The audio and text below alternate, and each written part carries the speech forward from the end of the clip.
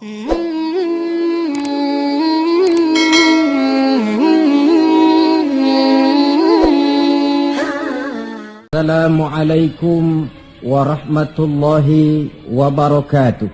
Waalaikumsalam warahmatullahi wabarakatuh. Bismillahirrahmanirrahim. Alhamdulillahi rabbil alamin. Wassalatu wassalamu ala ashrafil anbiya'i wal mursalin Sayyidina wa maulana Muhammadin wa ala alihi wa ashabihil mujahidin at-tahirin, amma ba'du. Bapak-bapak, ibu-ibu, saudara-saudara kaum muslimin yang berbahagia, sudah bukan merupakan rahasia lagi bahwa kemajuan ilmu pengetahuan dan teknologi modern telah mengantarkan masyarakat manusia kepada menikmati satu bentuk kehidupan yang lebih mudah dan lebih dekat dengan apa yang mereka harapkan. Dengan kemajuan ilmu dan teknologi, dunia telah dirubah oleh manusia seolah-olah dari sebuah daerah yang kosong menjadi kota-kota yang penuh dengan gedung-gedung pencakar langit. Apa yang bagi manusia yang hidup di masa lampau hanya ada dalam idealisme mereka, sekarang ini sudah bukan merupakan rahasia lagi. Orang telah bertandang ke bulan, dan mungkin dalam beberapa tahun yang akan datang mereka akan mendarat pula di planet-planet lainnya. Kekurangan tanah pertanian bisa diatasi dengan merubah gurun pasir yang gersang dan tandus menjadi areal pertanian yang subur. Hujan lokal dapat dibuat. Kekurangan air bisa diatasi dengan penyulingan air laut melalui proses kimiawi. Penyakit-penyakit akan berkurang dan hidup makin dekat kepada apa yang diharapkan. Pertanyaan yang paling mendasar ialah, sudah sampaikah manusia kepada kebahagiaan? Adalah benar, dengan kemajuan ilmu dan teknologinya, manusia mencoba menyingkap tabir rahasia alam ini. Namun tiap kali tabir rahasia itu terbuka, terbentuk pula misteri-misteri baru yang memerlukan jawabannya. Di pihak lain, kemajuan yang diperoleh itu telah melahirkan satu bentuk kehidupan di mana manusia mempunyai satu mitos bahwa seluruh persoalan kehidupan bisa dipecahkan dengan otak manusia. Maka aspek-aspek ketuhanan, mistik dan kerohanian mulai ditinggalkan oleh manusia.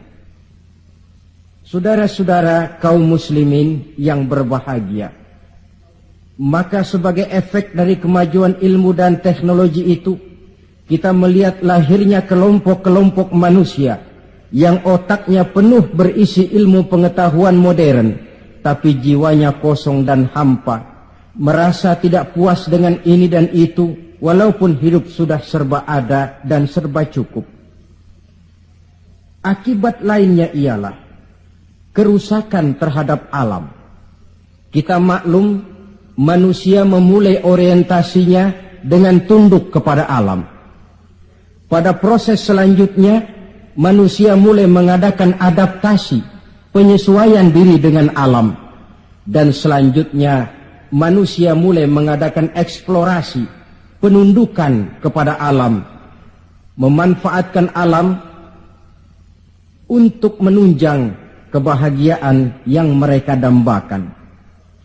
Akibatnya, penggunaan sumber daya alam yang melampaui batas sering merusak alam itu sendiri. Kita ambil satu contoh misalnya. Akibat meningkatnya penggunaan bahan bakar dan penggunaan bahan kimia, maka terjadilah pencemaran udara. Yang ini akan menyebabkan terjadinya hujan asam, yang menyebabkan matinya plankton dan organisme akuatis air. Di sisi lain kita melihat akibat percobaan-percobaan nuklir misalnya, yaitu rusaknya lapisan ozon di atmosfer yang akan menghilangkan perlindungan makhluk hidup terhadap sinar ultraviolet dari matahari, yang pada gilirannya ini akan menaikkan frekuensi daripada penyakit kanker.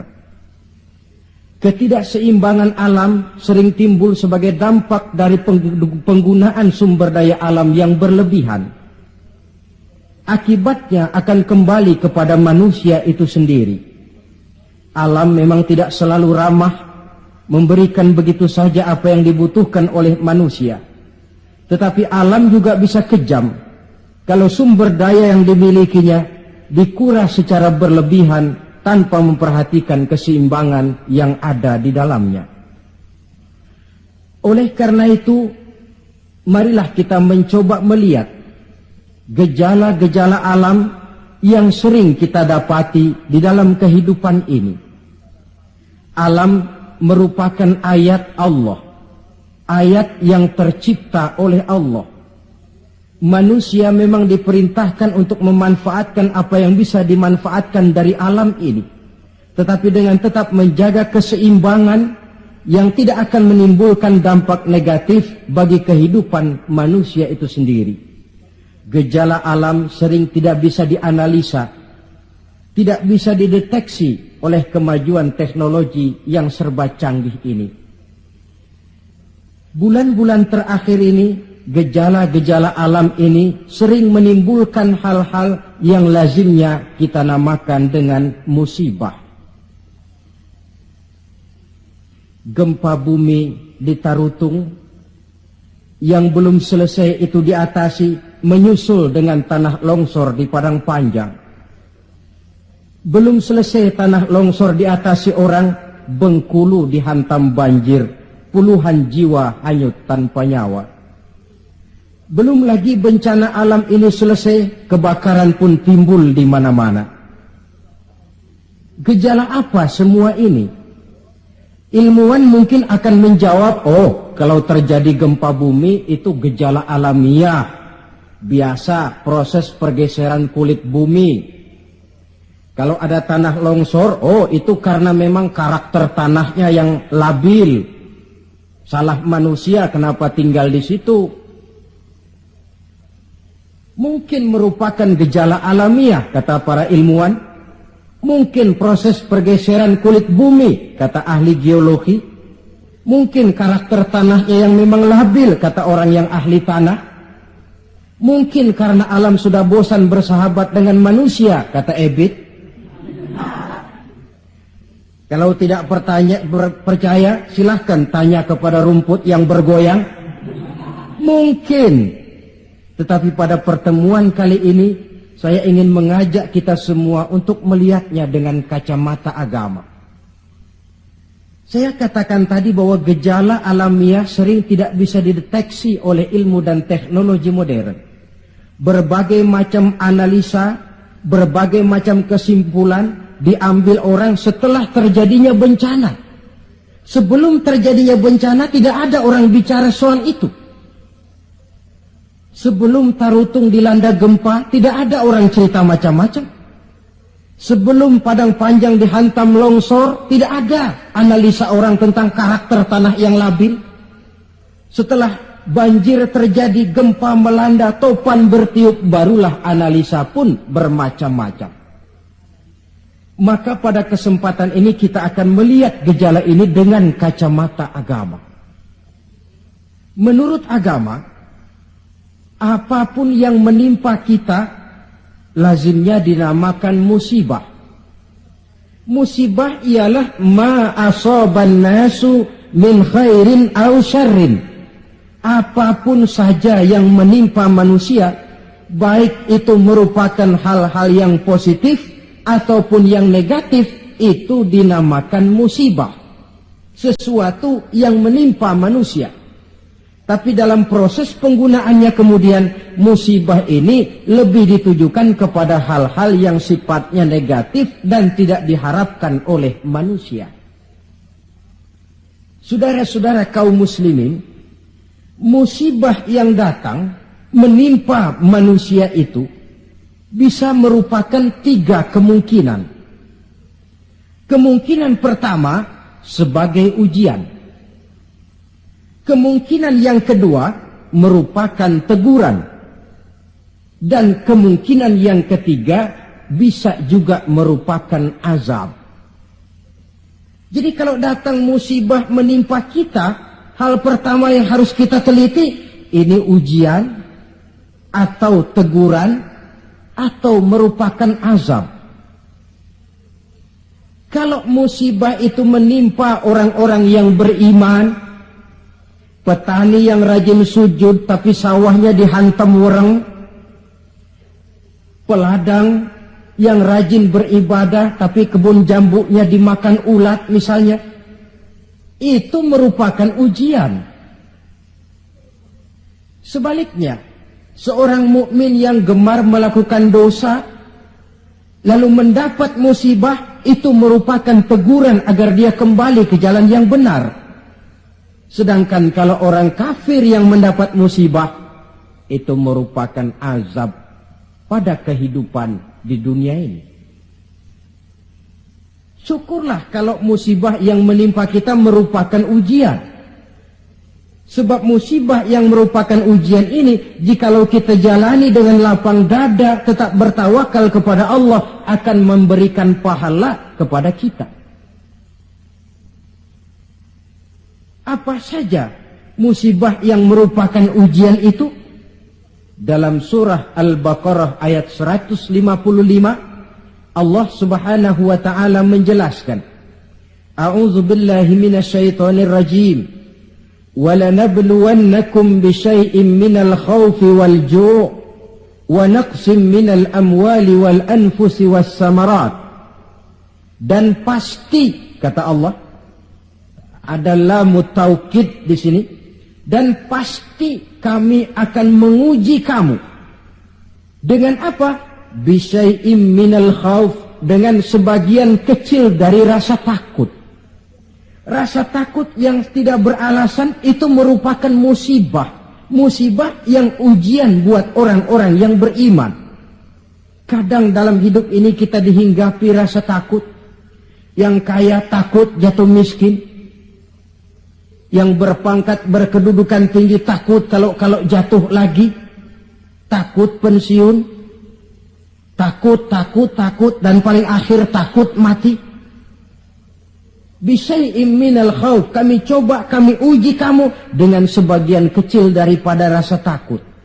Wal ju', dan rasa lapar. Kelaparan yang melanda dunia di Ethiopia misalnya, di Bangladesh misalnya, dan di belahan bumi-bumi lainnya.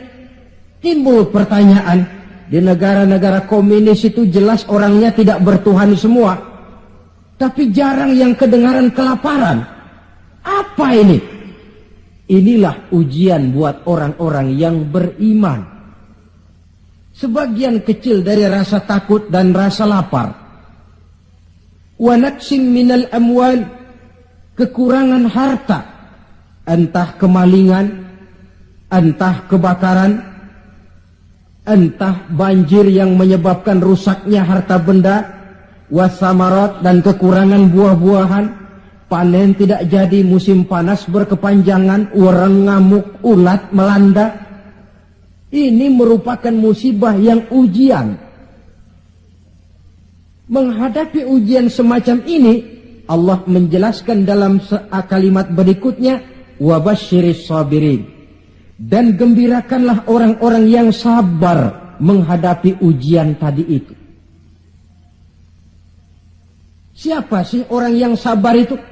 Dalam pengertian sehari-hari, maaf ya, kita sering salah kaprah dengan sabar ini.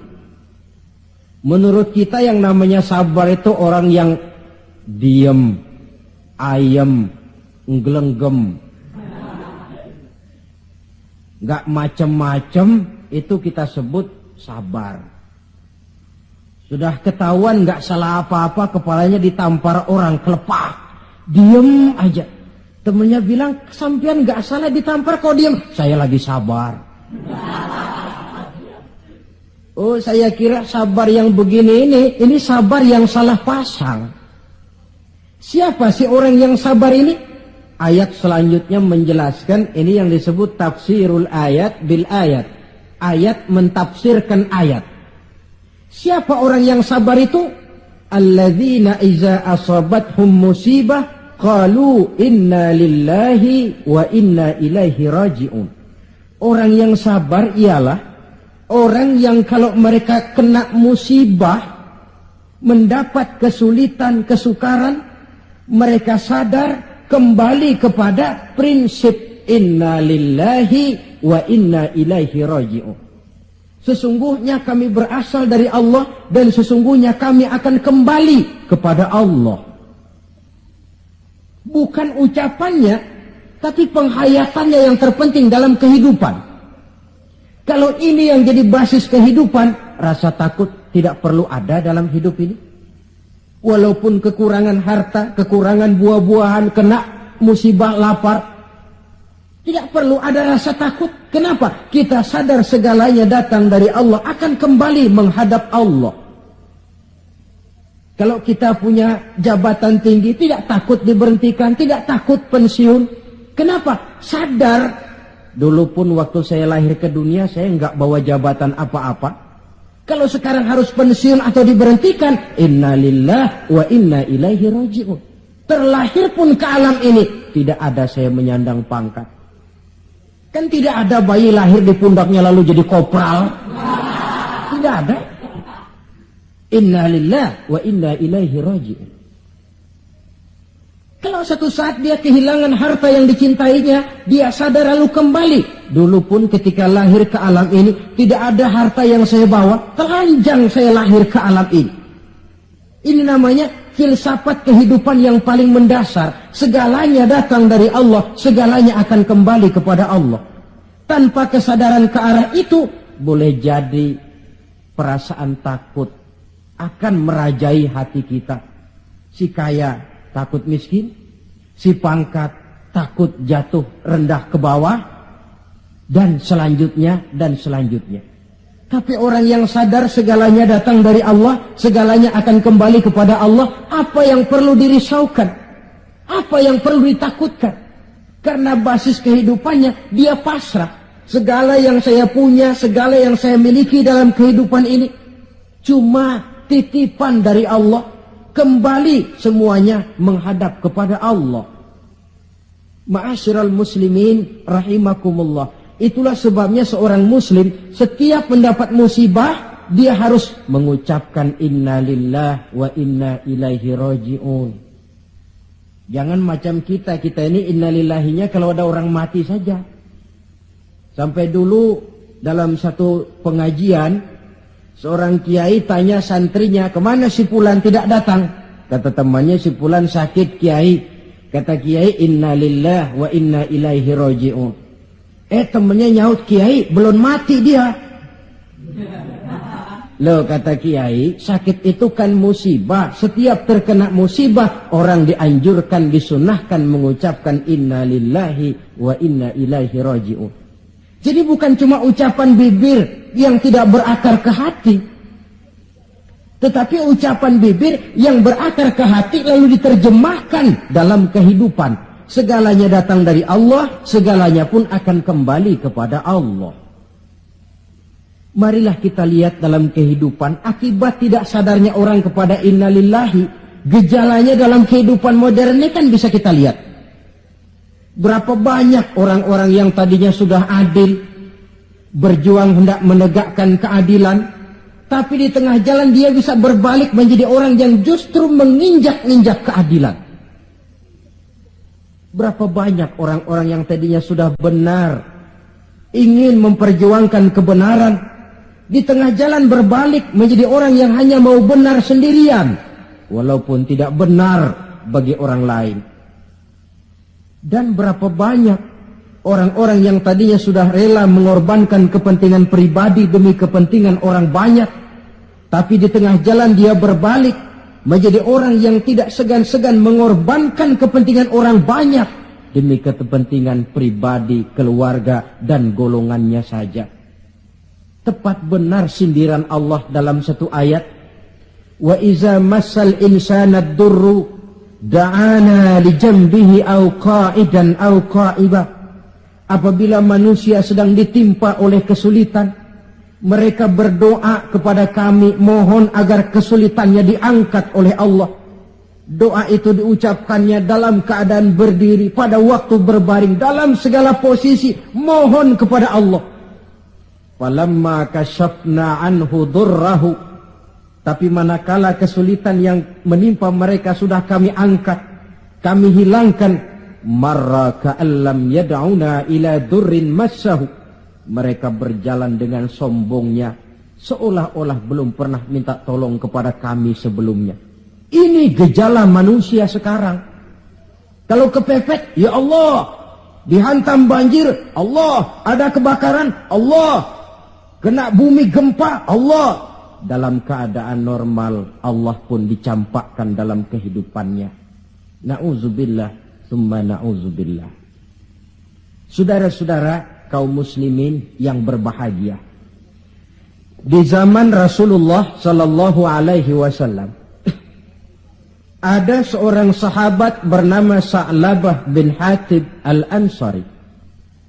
Dia orang miskin, tetapi kemiskinannya tidak menghalangi ibadahnya kepada Allah. Salat jamaah tidak pernah ditinggal. Di mana ada Rasul, di situ ada Sa'labah. Cuma Sa'labah ini model. Tiap selesai salat langsung pulang. Tidak wirid, tidak zikir, tidak doa. Jadi kalau sahabat yang lain selesai salat Allahumma antas salam, ini Sa'labah malah Allahumma lantas jalan. Tiap selesai salat. Sampai satu hari baginda Rasul bertanya, "Hei Sa'labah," "Labaik ya Rasulullah." "Kau ini macam orang munafik saja. Apa tidak penting wirid, zikir dan doa?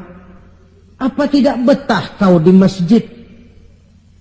Sebab orang mukmin di masjid seperti ikan di air. Orang munafik di masjid seperti burung dalam sangkar. Ada enggak burung yang betah di kurungan? Enggak ada, keleparan mau keluar saja. Itu orang munafik di masjid. Panas enggak kerasan. Orang mukmin di masjid seperti ikan dalam air. Apa ada ikan yang enggak betah di air? Ada. Ikan mau mati. Loh ya, kalau ikan sudah enggak betah di air kan ikan mau mati namanya. Kalau orang mukmin sudah enggak kerasan di masjid, jiwanya sudah mau mati itu. Kau ini macam orang munafik saja Sa'labah. Maafkan saya ya Rasulullah. Kenapa? Saya bukan tidak betah di masjid. Lalu bukan pula menganggap doa, wirid dan zikir itu tidak penting. Lalu apa pasalnya? Saya ini orang miskin ya Rasulullah. Saya punya kain satu-satunya, berdua sama istri saya. Jadi waktu saya sholat di maghrib di masjid, istri saya di rumah nungguin giliran kain. Maka saya cepat-cepat pulang, aplusan kain. Oh ini kan kere ini. Oh begitu ya. Lalu gimana? Sekarang gini saja ya Rasul, ini sudah kadang ditanya. Kemarin-marin saya mau minta sendiri, malu. Ini sudah kadang ditanya lah, saya berani. Gimana? Tuankan Rasul. Lalu, namanya Rasul kan doanya jarang meleset. Jadi, tolonglah doakan kepada Allah supaya saya jadi orang kaya. Kalau saya kaya ya Rasul, saya punya kain sendiri, istri punya kain sendiri. Asyik saya ibadah, saya akan wirid, saya akan zikir, saya akan tenang di masjid. Biasa, omongan orang belum punya duit. Itu selalu begitu. Sa'labah, kata Rasul, labaik ya Rasulullah. Qalilun tuaddi syukrahu khairun min kasirin la tutiquhu. Sedikit kamu syukuri, itu lebih baik daripada banyak tapi kau tidak kuat bawanya. Sedikit kamu syukuri, nanti Allah tambah ketimbang banyak tapi kau tidak kuat membawanya, apa gunanya? Kalau memang cuma gelas secangkir, dituangi air 1 ember pun lebihnya akan jadi mubazir. Tahu dirilah kita. Begitu ya? Oh ya sudah kalau begitu. Pulang Sa'labah. Besoknya bertemu lagi dengan Rasul. Bagaimana Sa'labah? Sudah ya Rasul. Sudah apa? Sudah saya pikir-pikir. Lalu? Ya syukur sih syukur. Cuma saja kalau kain 1 berdua rasa-rasanya repot juga awak nih nak bersyukur. Jadi bagaimana? Sudahlah ya Rasul, doakan saja saya jadi orang kaya lah. Sa'labah, saya ya Rasul. Kau ini kan orang Islam toh? Iya. Nah, orang Islam itu yang jadi contoh siapa? Tuan ya Rasulullah. Betul? Betul. Kau lihat saya kaya enggak? Enggak. Kenapa minta kaya? Iya ya, iya pulang. 2 kali knock out. Hari ketiga datang lagi dia ke masjid nekat. Ya Rasulullah, gimana Sa'labah? La in atani Allahu min fadlihi la usaddiqanna wa la akunanna minas salihin. Kalau Allah memberikan rezeki kepada saya, kalau saya jadi orang kaya ya Rasul, pokoknya saya akan jadi orang soleh, tekun ibadah. Wala a'ti kulladzi haqqin haqqah. Akan saya berikan tiap orang haknya. Pokoknya kalau saya kaya, sip dah. Omongan orang belum kaya memang begitu.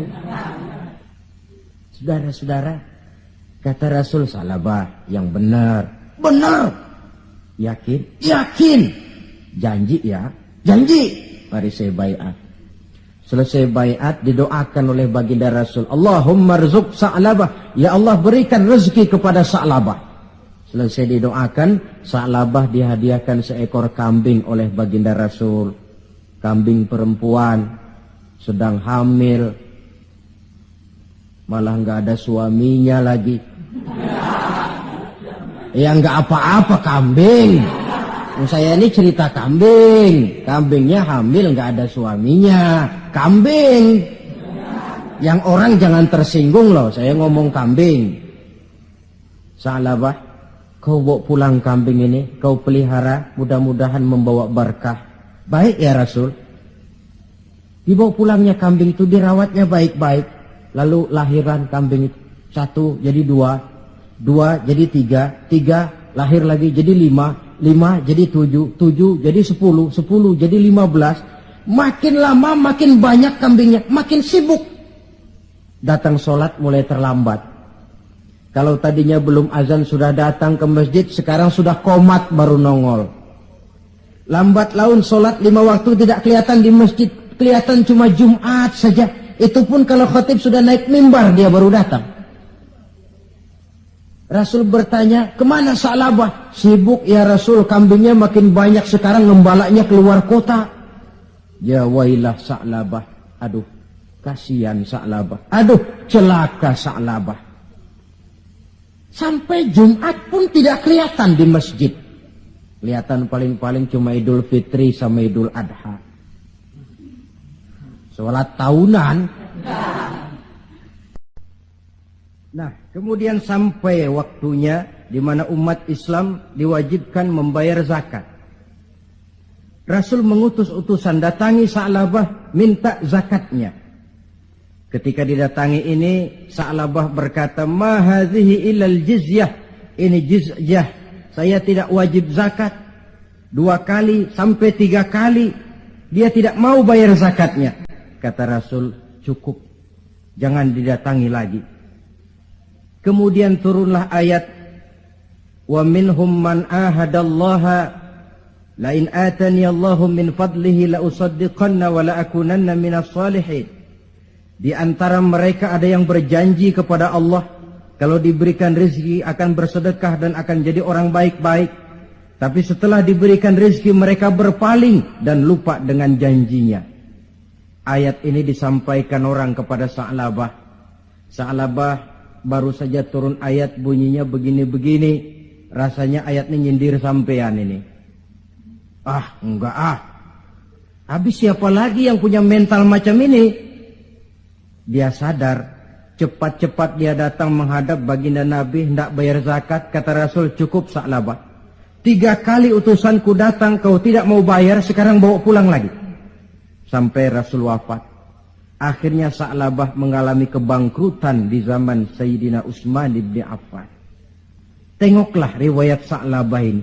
Ketika diuji dengan kemiskinan, dia lulus. Rajin ibadah, dekat dengan Rasul. Tapi ketika diuji dengan kekayaan, dia lupa diri dan jatuh menjadi orang yang bakhil. Saudara-saudara, itulah sebabnya kita berharap mudah-mudahan bencana yang menimpa bangsa kita akhir-akhir ini, entah itu merupakan gempa di Tarutung, tanah longsor di Padang Panjang, banjir di Bengkulu, kebakaran di Pasar Mercu Buana, Medan, kebakaran di Pasar Anyar, Bogor, kita berharap itu merupakan ujian saja. Ujian yang harus kita terima dengan sikap mental inna lillah wa inna ilaihi raji'un. Segalanya datang dari Allah, kembali kepada Allah. Lalu apa manusia ini? La haula wa la quwata illa billahil aliyyil azim. Nah, ini musibah pertama. Musibah merupakan ujian. Yang kedua, ada musibah itu yang merupakan teguran dari Allah. Bukan ujian, tapi teguran.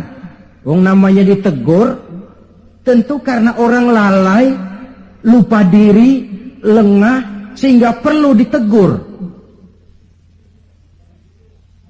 Dalam surah Ar-Rum ayat 41, Allah menjelaskan, Zaharul fasadu fil barri wal bahri bima kasabat aydin nas.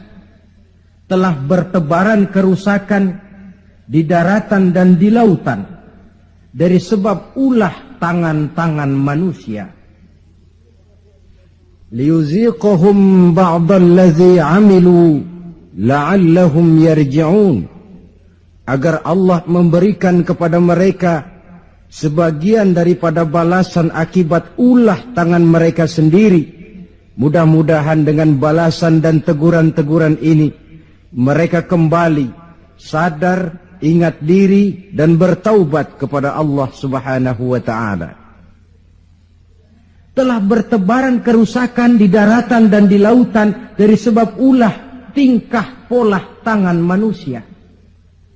Di awal tadi sudah saya coba jelaskan sepintas. Kemajuan ilmu dan teknologi modern ternyata tidak selamanya punya dampak positif. Juga dia punya dampak negatif yang berakibat kepada kehidupan manusia sendiri. Satu contoh misalnya. Sekarang ini kan orang mulai membuat apa yang disebut dengan rumah kaca. Kalau saudara berjalan melihat bangunan-bangunan tinggi, kan sudah ada yang seolah-olah semuanya ditutup dengan kaca. Memang di lain pihak akan mengurangi penggunaan sumber daya alam yang baku, tapi di lain pihak rumah kaca ini akan menaikkan suhu udara. Akibatnya permukaan air laut akan naik karena mengembangnya air laut. Dan jangka panjangnya melelehnya es di kutub. Akibatnya kota-kota yang berada di pantai-pantai yang rendah banyak mengalami erosi dan pencemaran air. Misalnya Jakarta, Bangkok, New York. Tahu New York? Pernah ke New York? Ke New York belum pernah? Sama.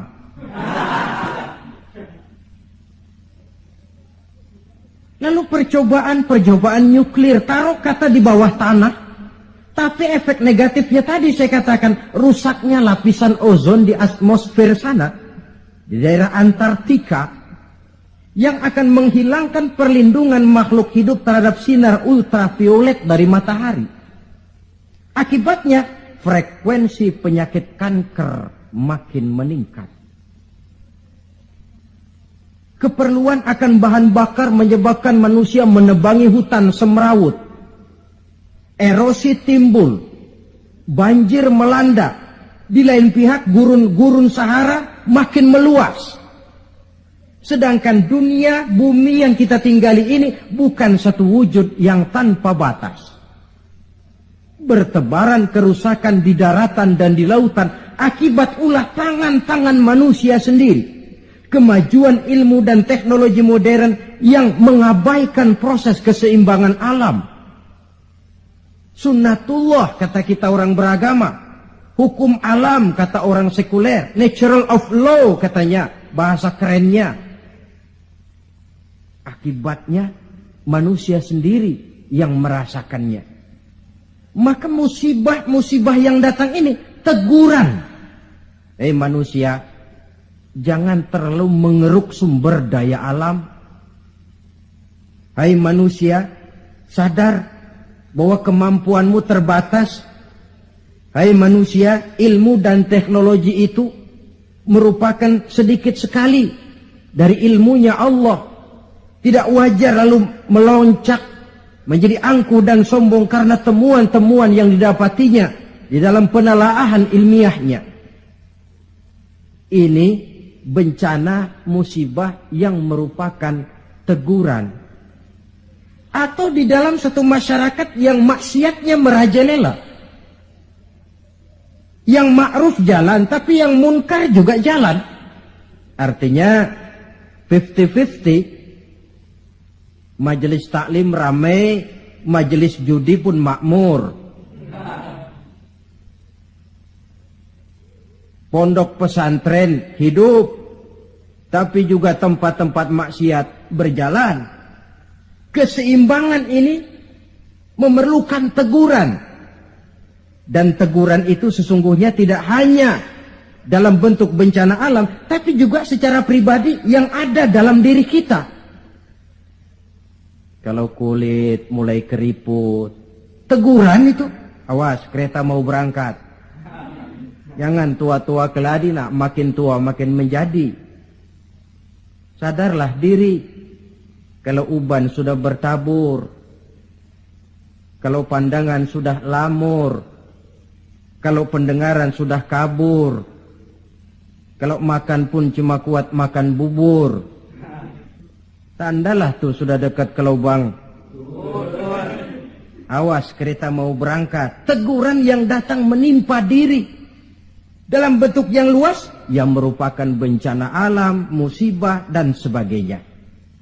Ini bentuk yang kedua, bencana merupakan teguran. Bentuk yang ketiga, ada bencana itu, musibah itu yang merupakan azab dari Allah. Dalam surah Ali Imran ayat 112 Allah Subhanahu wa taala menjelaskan, "Duribat alaihimu dhillatu aynama thuqifu." Dimanapun mereka berada, mereka akan ditimpa oleh kehinaan. Illa bihablim minallah wa hablim minan nas. Kecuali mereka yang teguh berpegang dengan tali Allah, agama ini, wa hablim minan nas, dan tali hidup bermasyarakat. Waba'u bighadabim minallah, mereka akan mendapat murka dari Allah. Waduribat alaihimul maskana, juga ditimpakan kehinaan dan kerendahan kepada mereka. Apa penyebabnya? Dzalika biannahum kanu yakfuruna biayatillah wa yaqtuluna al-anbiya'a bighairi haqq. Dzalika bima 'asaw wa kanu ya'tadun. Ada 4 penyebabnya menurut Ali Imran ayat 112 ini. Kenapa ditimpakan kehinaan, kerendahan? Lahir di tengah negara Katulistiwa, bagaikan jamrut mutiara, daerahnya subur makmur, hijau ranau, gemah ripah loh jenawi. Tapi kadang-kadang tertimpa kelaparan, tertimpa ketakutan. Apa penyebabnya? 4 penyebab utama. Pertama, yakfuruna bi ayatillah. Mereka ingkar dengan ayat-ayat Allah. Baik ayat yang terucap oleh Allah yang kita namakan wahyu, Al-Quran, atau ayat yang tercipta oleh Allah, alam ini, Mereka ingkar, mereka ambil manfaat dari alam, mereka kuras alam, tapi mereka tidak pernah syukur kepada Sang Pencipta alam. Kalau bahasa kasarnya kira-kira Tuhan kan jengkel. Bumi gue aja lu manfaatin, gue nya lu nggak mau sembah. Ingkar, kafir kepada ayat Allah. Itu yang mendatangkan musibah. Dijelaskan dalam An-Nahl 112. Wa daraballahu mathalan qaryatan kanat aminatan mutmainnah. Allah memberikan satu contoh tentang kampung, kota, negara yang aman, tenang, tentram, damai. Ya'tiha rizquha ragadan min kulli makan. Rizkinya datang dari arah manapun saja. Apa saja ditanam tumbuh menghasilkan buah yang bermanfaat. Air mengalir dengan jernih. Sawah terhampar luas hijau menguning. Rempah-rempahnya tidak terkira lagi. Fakafarat bi an'umillah. Tapi penduduknya ingkar kepada nikmat Allah. Apa yang terjadi? Fa'azaqahallahu libasal ju'i wal khauf bima kanu yasna'un. Akibatnya Allah hantam mereka dengan kelaparan dan ketakutan dari sebab ulah mereka sendiri. Jadi musibah yang merupakan azab itu datang, penyebab pertamanya orang kufur kepada ayat-ayat Allah. Baik yang terucap oleh Allah, yaitu wahyu, atau kufur kepada ayat yang tercipta oleh Allah, yakni alam yang terbentang ini. Penyebab yang kedua, wa yaqtuluna al-anbiya'a bighairi haqq. Mereka membunuh para nabi tanpa alasan yang benar. Membunuh nabi. Loh Pak, zaman sekarang kan nggak ada nabi, bagaimana kita mau membunuh nabi? Memang zaman kita tidak membunuh nabi secara fisik karena nabinya tidak ada. Tapi menginjak-injak ajarannya, meletakkan ajarannya di bawah rasio, itu kan sudah membunuh nabi. Buat apa kita agungkan namanya kalau kita injak ajarannya? Buat apa kita sebut dan kita sanjung dia kalau kita belakangi perintahnya? Membelakangi para nabi. Itu sudah pembunuhan kepada para nabi, pembunuhan gaya modern zaman kita sekarang ini. Muhammad itu manusia biasa. Sebagai manusia kan dia bisa salah. Karena itu yang mutlak cuma Quran. Hadis sunnah itu bikinan Nabi saja, itu kan sejarah. Jadi sumber agama cuma Quran. Muncullah orang-orang yang ingkar sunnah. Itu kan juga membunuh Nabi. Wa yaqtulunal anbiya'a bighairi haqq.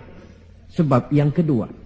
Adapun sebab yang ketiga, dzalika bima asaw, perbuatan maksiat yang merajalela, dikerjakan terang-terangan. Agama memerintah amar ma'ruf nahi munkar kan, tapi yang dia kerjakan amar munkar nahi ma'ruf. Tebulak. Terbalik. Amar munkar nahi ma'ruf, yang munkar malah dianjurkan, yang ma'ruf yang baik-baik malah dicegah. Yang munkar dianjurkan, bahkan diberikan iming-iming akan mendapat hadiah sekian ratus juta, akan ini akan itu. Yang munkar diiming-iming, yang ma'ruf malah dihalang-halangi. Pengajian sulit, dakwah kadang-kadang mengalami posisi yang tidak diharapkan. Akibatnya ya prinsip yang terbalik, namanya amar munkar nahi ma'ruf. Yang munkar diperintah, yang ma'ruf malah dicegah. Akibatnya perbuatan munkar dikerjakan berterang-terangan. Malah belum lama ada orang yang mengusulkan supaya pemerintah membuka judi secara resmilah untuk menutup judi yang ngumpet-ngumpet ini. Kalau resmi nanti bisa dikontrol katanya. Inna lillahi wa inna ilaihi raji'un. Yang sudah diputuskan untuk dilarang, dianjurkan supaya dibuka lagi. Dibuka, ditutup saja, ditutup dan dilarang saja, yang ngumpet-ngumpet masih banyak. Apatah lagi kalau dibuka berterang-terangan. Judi kronis, mabuk jadi kebanggaan, perbuatan zina sudah cerita harian. Malah yang aneh bin ajaib kadang-kadang terjadi sedarah sendiri. Ada bapak melalap anak kandungnya, ada anak kandung tidur sama ibunya. Kalau tidur biasa wajar, ini tidur-tidur. Allahu Akbar. Perbuatan maksiat yang merajalela mengundang azab. Yang keempat, penyebab yang keempat, wa kanu ya'tadun. Mereka benar-benar telah melampaui batas. Yang kaya melampaui batas menumpuk kekayaannya. Beli gunung, beli laut, beli langit kalau bisa. Ya'tadun, perbuatan yang melampaui batas.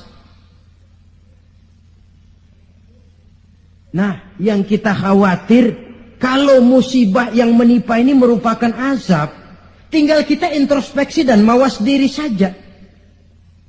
Saya mendapat kesulitan, musibah ini kira-kira ujian, teguran, atau azab.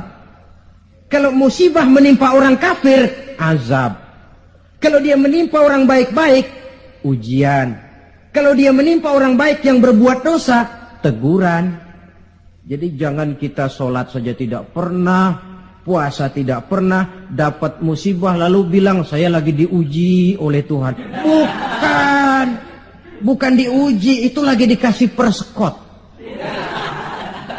Panjer nih, perskot azab, kontannya di akhirat nanti.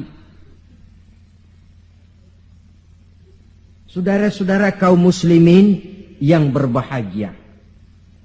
Sebagai uraian penutup, apa kunci menghadapi musibah-musibah ini? Dilihat dari segi agama. Saya kemukakan sebuah hadis qudsi yang diriwayatkan oleh Imam Baihaqi dari Anas. Saya kutip dari kitab Mukhtarul Ahadits An-Nabawiyah. Allah Subhanahu wa taala berfirman dalam hadis qudsi ini, "Inni la ahammu bi ahlil ardi azaban." Kadang-kadang kata Allah, aku ingin mengirimkan azab kepada penduduk bumi ini. Jadi kalau logika kita, kalau melihat tingkah pola manusia ini aku gregetan kata Allah. Pengen aku tumpahkan saja azab kepada mereka, sudah biar habis semua. Inni la ahammu bi ahlil ardi azaban. Kadang aku ingin menghantam mereka dengan azab. Falamma nazartu ila ummari buyuti. Tapi kalau aku melihat, kata Allah, orang-orang yang memakmurkan rumahku. Siapa orang yang memakmurkan rumah Allah itu? Orang yang rajin memakmurkan masjid. Kalau aku lihat itu, kata Allah, wal mutahabbina fi, dan orang yang saling cinta mencintai karena aku, kata Allah. Wal mustaghfirina bil ashar, orang-orang yang melakukan istighfar mohon ampun kepada Allah baik pada waktu pagi maupun petang.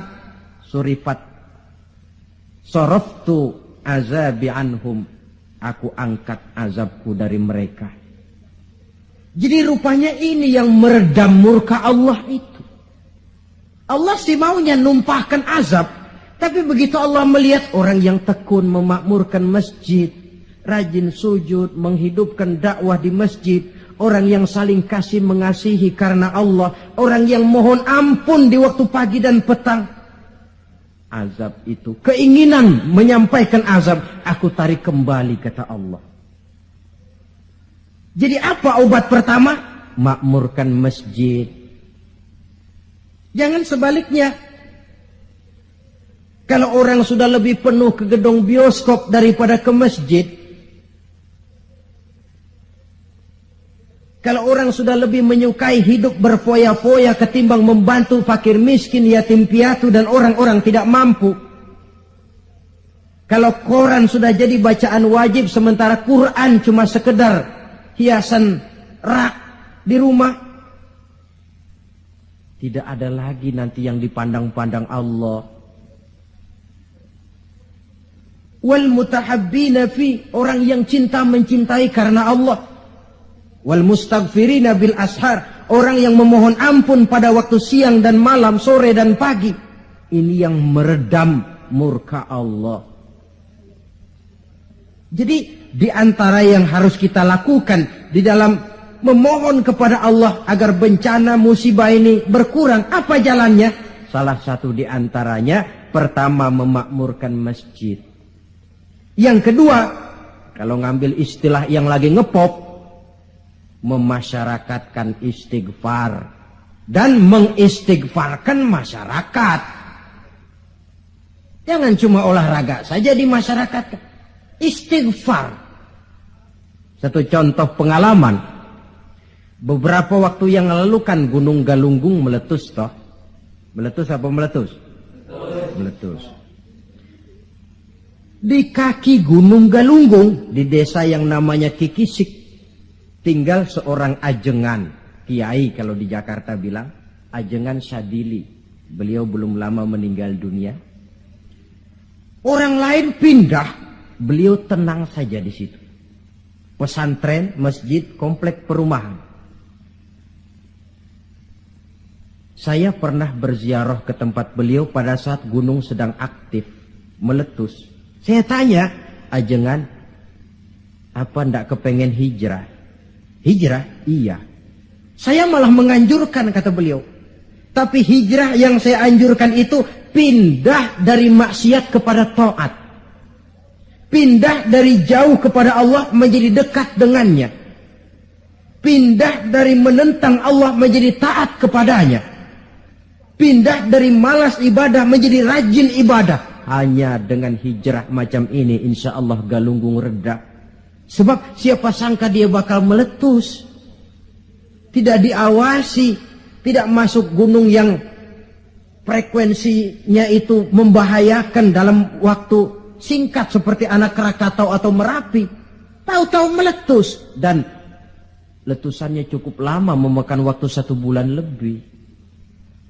Ndak, saya bilang Ajengan, maksud saya hijrah pindah tempat tinggal ini bahaya kelas 1. Kalau lahar jatuh habis ini.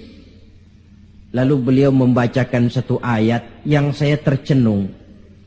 Apa ayat yang beliau baca? Wa ma kana li nafsin an tamuta illa bi iznillah.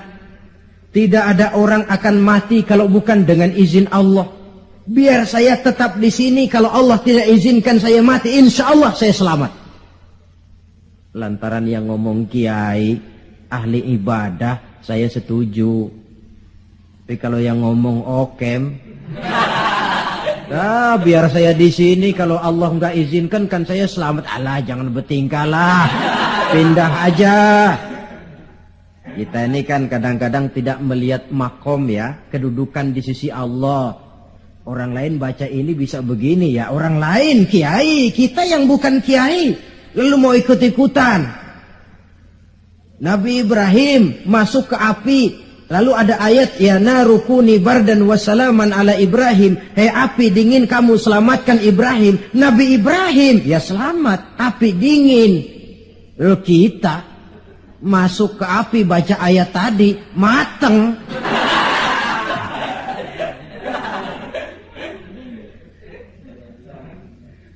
Dan memang lahar yang jatuh itu menyingkir.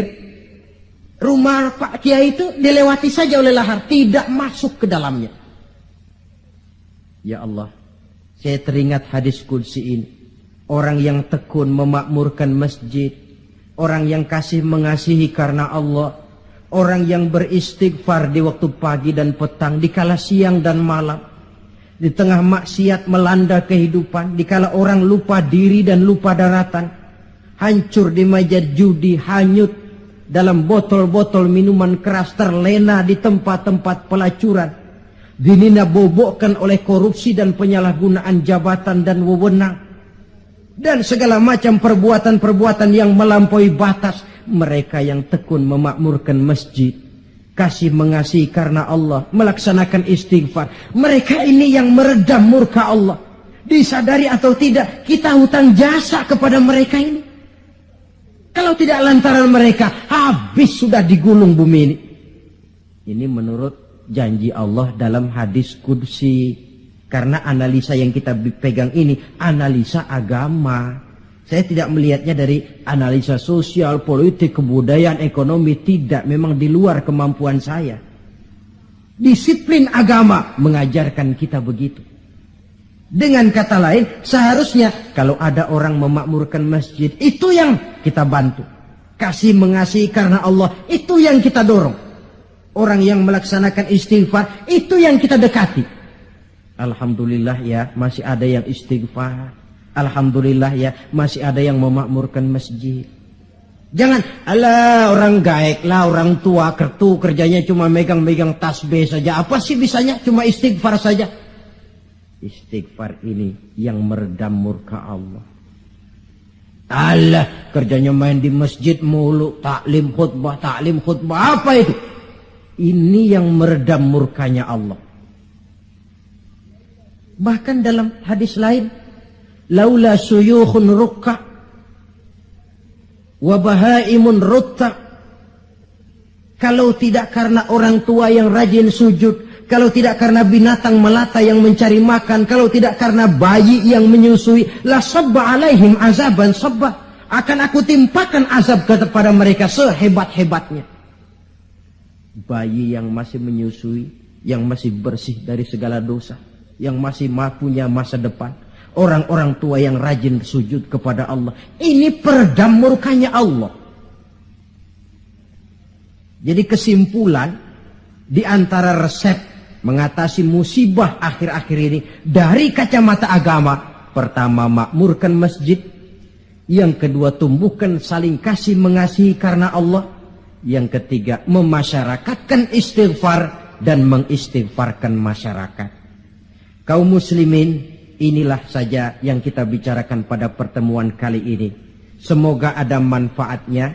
Terima kasih atas segala perhatian. Mohon maaf atas segala kekurangan. Usikum wa nafsi bitaqwallah. Wassalamualaikum warahmatullahi wabarakatuh.